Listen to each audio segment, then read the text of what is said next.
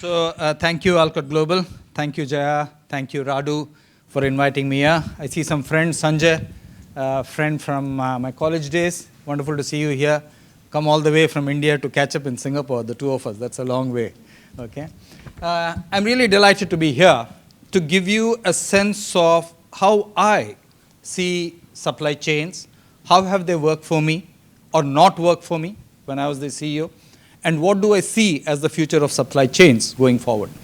I'll start with a few global charts first in terms of what's happening out there. That's the first one. Then I'll talk about data and what happens with data in organizations. Okay, you'll recognize some of the symptoms out there, what's happening there. Then I'll talk about the backbone of a supply chain system.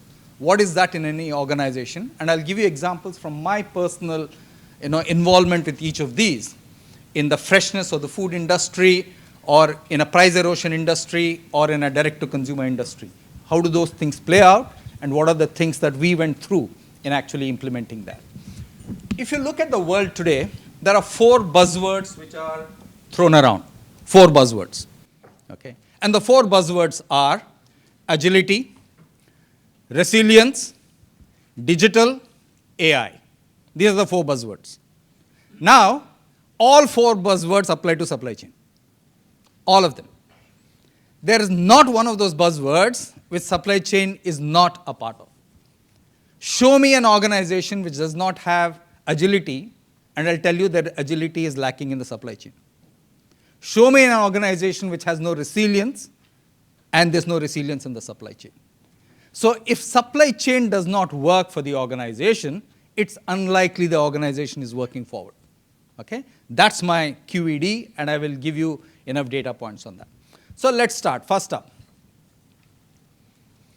the supply and consumption, markets in the world are not the same. They're completely different. The supply base is completely different, and the consumption base is completely different. In that sense, God created us unequally. There are some countries which are abundant in resources. There are many countries which are absolutely short in resources. There are some countries which depend on driving consumption, like America. 70% of their economy is consumption. India, 63% of our economy is consumption. Okay? But the two don't match, the supply side and the consumption side. So I looked at data over the last 10 years to give you a flavor of which are the countries on the supply side, which are the countries on the consumer side. Take a look at this. Okay. This data is 2012 to 2022. The first list is countries which export. Okay. The top 10 exporters have accounted for something like 51% of all global exports, top 10 countries. And the same number was 51.7 10 years ago. So the top 10 countries account for half the exports in the world. If you look at the global GDP today, it's anything between about $105 to $110 trillion. Exports and imports have to be roughly matched. That's about $11 to $12 trillion, last data point. So of the $11, $12 trillion, this is what you see. Okay? Now look at imports. In 2012, the top 10 importing countries accounted for 49% of imports globally, of the $11 trillion. Today they account for 48.8, exactly the same. So in that sense, nothing has changed about the supply base or the export base. The only difference in these two lists is a country called Belgium and a country called India. India figures in the import list, not in the export list. Belgium figures in the export list. Okay. So we have 10 countries which account for half the business of the world virtually. Okay? Forget the other 190 countries. The world has 205 or 210 countries. This is point number 1. Point number 2, we live in a multipolar world. And this is extremely important. Just look at that graph. That graph is the number of trade agreements and trade blocks which are mushrooming. After 1991, there's an absolute gallop. Ever since Russia collapsed, ever since the world became much more multipolar. The key message here is every country, every company must belong to a trade bloc. If you are not part of a trade bloc, you have no business. Full stop. So wherever you're operating, you operate in the context of the country, and the country operates in the context of the trade bloc that it works in. So you look at many countries which do not have high exports. The reason is they have not built relationships in the trade blocs they're supposed to be in. So we live in a multipolar world, and this will determine how we go forward. So in that sense, we have a supply web today, not a supply chain. The web I'm talking about is multi-country, multi-category, okay, multi-trade bloc. There are countries which belong to many trade blocs. Okay? So this is what's happening out there. Third, dollar is the dominant currency in global trade. Everybody talks of fiat currency, something else happening, etc. I looked at data over years. In the trading business, we've looked at it very, very closely. Okay. In 2002, dollar was 90% of all trading globally. Today, it's 88%. 88%. So if you are in the global trading business, you have no choice but to deal with the dollar. Almost everything else is incidental. This is fact. Now, somebody might say Indian rupee will become the fiat currency. Somebody will say the Bangladeshi taka will become the fiat currency very soon, etc. They're daydreaming. Ain't happening. 21 years it's not happened. Not going to happen. Why? The fundamental trust of the ecosystem is in the dollar. The fundamental mechanisms of banks and traders is in the dollar. That's not going to go away. That confidence is difficult to shake wherever you deal in the world. So the dollar will be the fiat currency. We live in a multipolar world.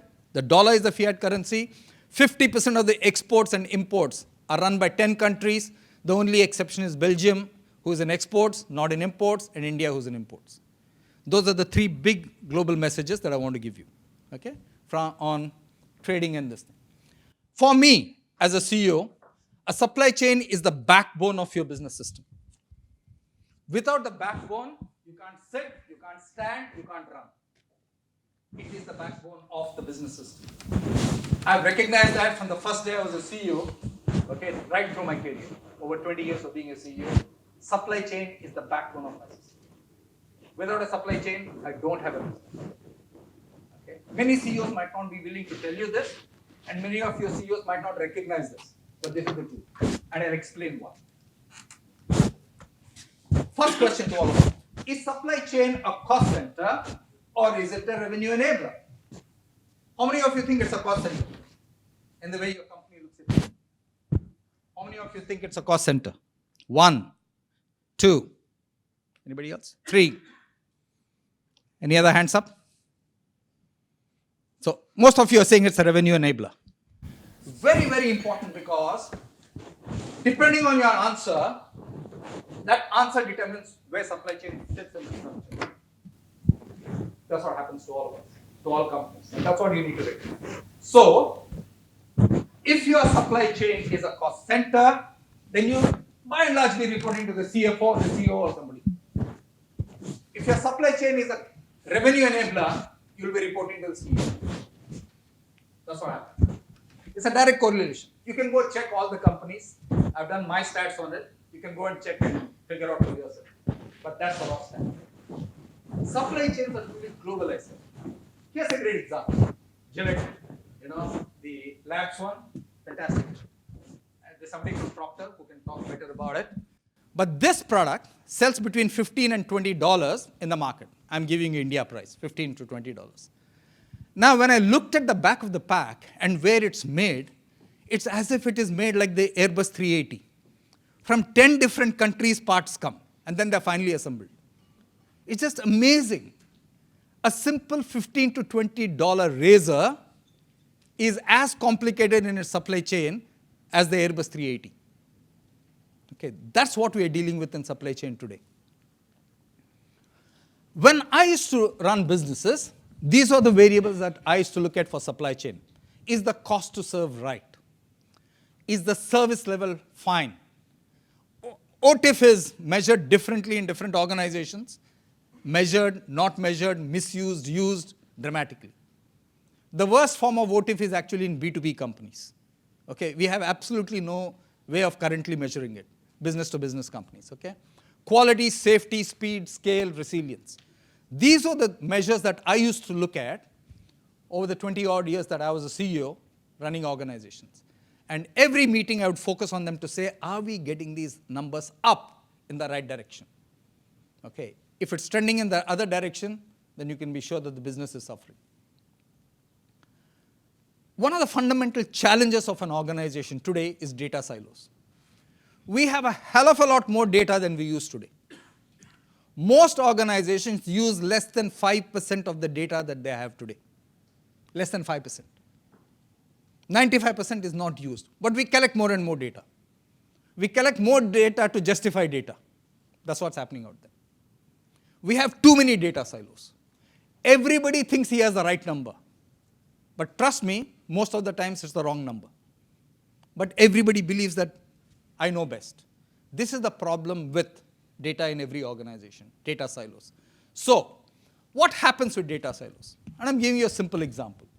You have multiple accepted data points in an organization. You have a single accepted data point. You have many versions of the truth, and you have one version of the truth. Let's start at the bottom.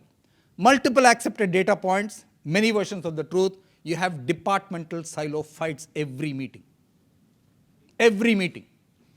I'm telling you, in PepsiCo, I would sit and say, Kim Sukha, my CFO, Kim, why is the margin this low on this product? Then the sales manager will say, no, this is not the margin. I think the margin is different. He has no right to say that. But you'll find this in your organization. A guy who is completely uninvolved with the function will give you an answer. Okay, this happens in every organization. Your organization is no different, trust me. This behavior is there. Single accepted data point, many versions of the truth. You have creative interpretation between departments.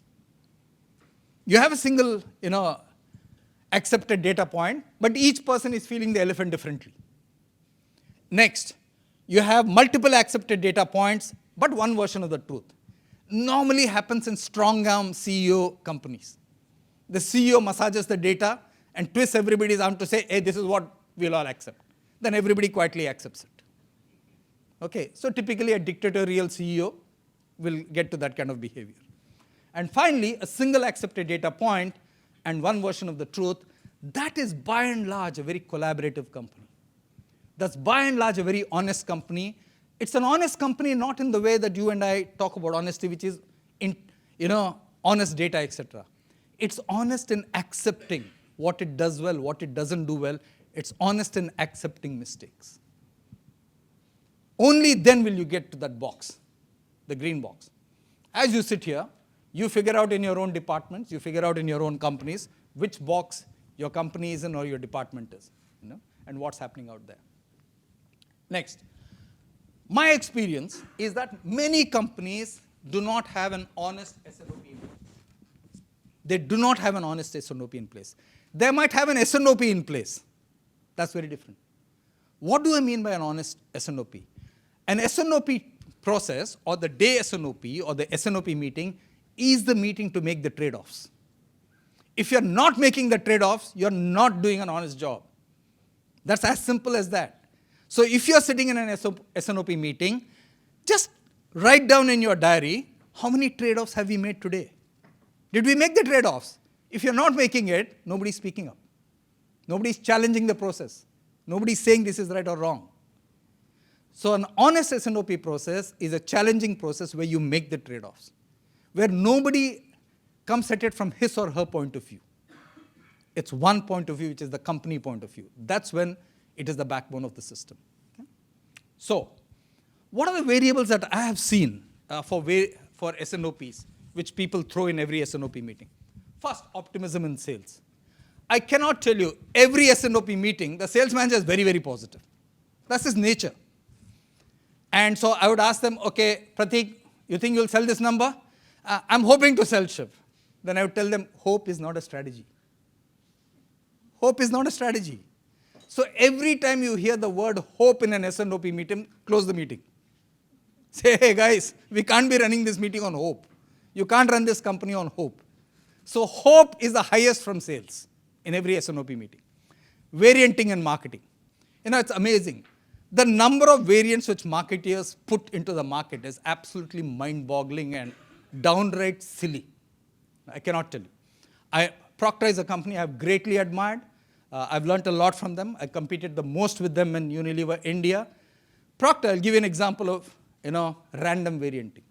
At one point of time, Pantene had 72 variants of shampoo. 72. There are 41 types of hair in the world. Think about it. What are the brand managers doing? Flying kites. That's what they're doing. Varianting in most organizations is flying a kite in the hope that it will soar high. It never soars high. It just gets cut somewhere. Okay? Inventory. Finance is always looking for what's the right inventory. And we're always challenged in terms of where is this inventory lying and why. Receivables for the partner. Okay? Very important this thing. Responsiveness of ecosystem. Faith in new launches. Inventory in the chain. Incentive to buyers. Whenever we don't sell, what do we say? Let's incentivize. Promptly. SNOP meeting decides something. By the another 2 weeks, there's more incentive. Something goes out of stock. Something else happens. Huge challenge in every organization. The longer the chain, the more the incentives. The shorter the chain, the less the incentives. Okay? And capacity utilization and non-utilization cost. These were the variables that I used to grapple with, along with the wonderful teams that I have worked in the various companies. Okay? So, this is PepsiCo for you, an example from PepsiCo. When I joined PepsiCo, our inventory levels are horrible. Anybody, who are in the foods business? Foods. Food categories, food business. 1, 2, 3, 4. Okay. Very few people. The only variable which matters in foods is freshness. Nothing else. Freshness of product. Nothing else matters. People can tell you 1,000 things. We've done enough consumer work, enough categories, enough stuff, etc. I can throw all the data at you. Freshness is the most important. Our freshness in chips, our freshness in soft drinks, our freshness in oatmeal, etc. used to be 1 month, 2 months, 3 months. We said, why is this? Because our SNOP was not honest. Okay, we are all hoping against hope that we'll sell, we will not sell. This team, led by Nitin Pradhan and gang, we brought the freshness down to 1 week. 1 week. What does 1 week mean? If today is the 18th of April, you went anywhere in the country, by 25th, you'll find stock of 18th or later produced in the market. 3,000 kilometers. Okay? From the 4 factories. Try doing that. It requires the most disciplined SNOP. So this SNOP process, we'd sit on the third Thursday. If I would request them to change, Nitin and Yogesh, to say, hey, can you please change the date? I'm traveling. They'll say, sorry, Shiv, this is fixed. Cannot change it. It's that discipline you need. In that meeting, you call off everything. The procurement guy is there. Everybody is there. How much sugar to buy based on the number of cases you sell. How much potato to buy on the number of chips you want to sell. How much oats to source from Australia based on whatever it is. And that day, once it's frozen, it's over. You cannot take the lid off. That's it. They'll put the plan in, and then it would run lock, stock, and barrel. We brought down from something like 6 weeks to 1 week. It helped us enormously in driving brand share and market share. Because finally, people want fresh product in food. Most important thing. And the more you pump into the channel, the less freshness you get in food and beverage. Okay? One of the things organizations grapple with is, my experience, inventory is a bad word, irrespective of the margin. Full stop. Irrespective of the margin, inventory is a bad word. If you start with that focus, you'll be fine. And most companies don't have that focus. People say, I make 50% margin, Shiv, I'll keep the inventory. And tell them, no, it will hurt you. It has to hurt you. Somewhere it has to hurt you. It has to hurt you in consumer freshness. It has to hurt you in trade freshness. Whatever it is, there has to be a measure where it hurts you. So my recommendation to you always, the thinner the inventory, the better the supply chain works, the better agility you get when you have thin inventory. Thin inventory actually leads to better agility, not slowness. Price erosion warning. How many of you operate in industries which have price erosion? 1, 2, 3, 4, 5, 6. Okay? Whatever you do in a price erosion industry, and I'll give you some of the examples that we tried. Okay? You cannot hold inventory in a price erosion industry. You cannot hold inventory. We used to have price compensation to retailers. We used to supply to 80,000 to 100,000 retailers in India, Nokia mobile phones. We used to do a price compensation to them every time your price dropped. So we used to have an IMEI tracking, the only company which used to have this, and we used to put it in place. If you don't have that, you'll pay through your nose. Motorphone. This story is from 2008. Motorphone was made in Brazil. The India Motor Organization imported 1 million units at $32 a piece. They couldn't sell it. In mobile phones, within 1 week, you know if your product is selling or not selling. They couldn't sell it. The company went under. They went from 300 people to 19 people in 1 quarter. One product killed them. That's what happens in price erosion industries. You cannot afford inventory in price erosion industries. Direct to hot shop model. This is something, when I was brand manager and then when I was regional manager, we did this. Today it's easier to do it. Digital helps us aggregate. Digital helps us disaggregate. What did we do here? The distributor had 5% margin. The retailer had 10% margin. We said this is a daily consumption item, which is the mom and pop, tea shop in the corner of the street. So we introduced direct to, the mom and pop hot tea shop, direct to packs, which is 1 kg and 2 kg packs. We took the retailer off the radar because we said he adds no value. So that 17% margin we had, we gave 2% back to the distributor and said, employ a boy, like a newspaper boy, to go and supply this tea every morning between 5 and 7 in the morning to 40, such hot tea shops. We dropped the price by 6% and we kept 4% to ourselves. This model today, Unilever India, 40% of the sales comes from this. One of the things which saved them 20 years later. The point I'm making is, once you establish a good business model, which others cannot copy, then you tend to win. Then the whole supply chain works around that. So you have to develop long-standing business models, not fly-by-night business models. This is something else we tried, which is called the guaranteed volume mode. Alex Lambic, he used to be the marketing head from Asia Pacific when I used to run Nokia in emerging markets. And these are the factory managers. We used to have the world's largest cell phone plant in Chennai. So one day when we were discussing, every dollar matters in the phone industry, every dollar. And we were selling 6 to 10 million phones every month. So Alex said, hey Shiv, what can you do to give me a guarantee that you'll sell something? So then we got all the managers together and said, here's this model, Nokia 1220. Can all you guys put the numbers which you will definitely do come what may? Come rain, come sunshine. That number came to 2 million units. So we told Alex Lambic, 2 million units confirmed, Alex, for next month. He would then go to the whole supply chain and say, we commit 2 million units, these are the parts, can you give me $1 off or a $2 off? That was the guaranteed volume mode we ran. Now imagine, you're selling 10 million phones, $1 per month, $10 million. Per annum, $120 million. Sounds cheap, but very, very effective. So if you can try a guaranteed volume mode business model, try it. It's worked for us, I'm telling you. Take something and try it. It's worth doing it. You'll learn a hell of a lot in this model. As I mentioned, it's not a supply chain. It's a supply web now. And think more like a web and much less like a chain. Where's the future of supply chain headed? And this is something I just want to, the first thing is tech is here. Start with the database in your system which is the most robust. That's why you must apply AI. Wherever you have the most robust data, apply there. Be resilient. Consumer-centric, I'm sure all of you know. It's about ecosystem partnerships. And you must develop a skilled workforce which is in the area of digital and AI. You will lead this charge more than any other function. You will lead this charge because you have the most robust data system in your company. And my last chart for you, and I'm well within my time.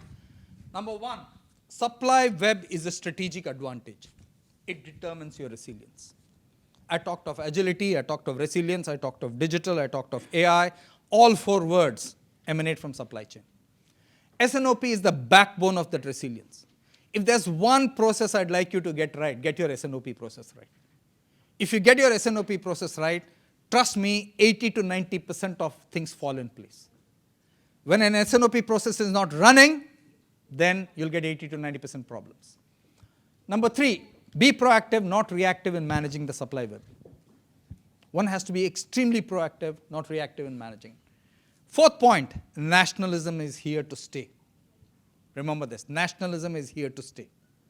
I talked of a multipolar world. Taxes will go up, nationalism will happen.